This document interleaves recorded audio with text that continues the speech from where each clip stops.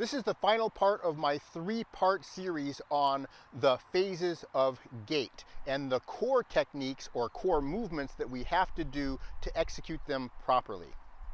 In part one, we looked at the loading response phase of gait. In part two, we looked at the initial swing. And in part three, today we're going to be looking at terminal swing.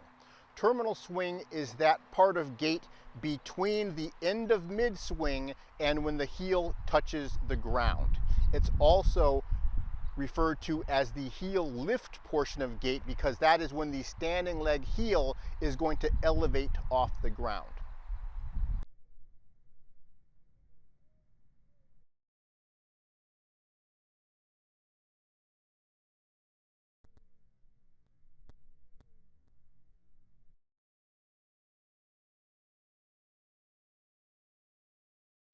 In the terminal swing portion of gait, we are using the core technique of retreat. I'm going to have to do a Tai Chi analogy here again to demonstrate this core technique because it's hard to demonstrate the terminal swing part of gait very visually because you can't really see what's happening because it is so subtle. In retreat, or the Tai Chi technique of rollback, which are the same thing, we are turning our waist, upper and lower waist, in the direction of a flexing hip. So I'm going to flex my right hip, I'm going to turn my upper waist and my lower waist towards that hip, and it's going to cause my body to shift backwards. This is called rollback in Tai Chi. You will notice that at the same time I'm shifting backwards, my right knee is going to extend and my right ankle is going to plantar flex or push down. When we're walking, we're going to initiate that motion at the end of the mid-swing portion of gait. So before my heel comes to the ground. I have my upper torso on the left turning forward or clockwise at this motion. The lower torso is turning counterclockwise during this motion, and I'm flexing my left hip. To bring the heel down, I'm going to turn the upper torso towards my left hip, and that is going to trigger the same reflexive movements in the ankle and the knee that you just saw in the Tai Chi motions. It's going to trigger extension of my left knee and plantar flexion of my left ankle.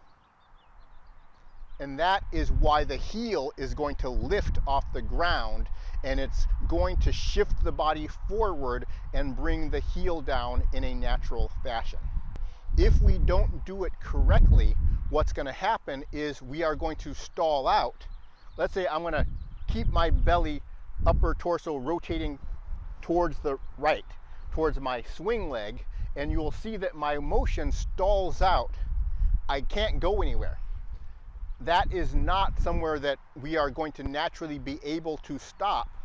So instead of freezing or stalling out, because we're not rotating properly, what people are going to do is compensate, and they will do something like push off with the hip and then pitch themselves forward, or rotate both sides forward at the same time and lean forward to get the final motion to happen.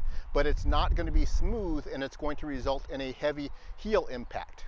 People also come up with other ways of doing this, which is like the duck-footed walk, because the duck-footed walk doesn't require that. So there's all kinds of different ways to move, but there's only really one correct way to walk properly, and all of the alternatives that people try in order to make something happen when they're not doing it correctly are going to cause some sort of imbalance in the body.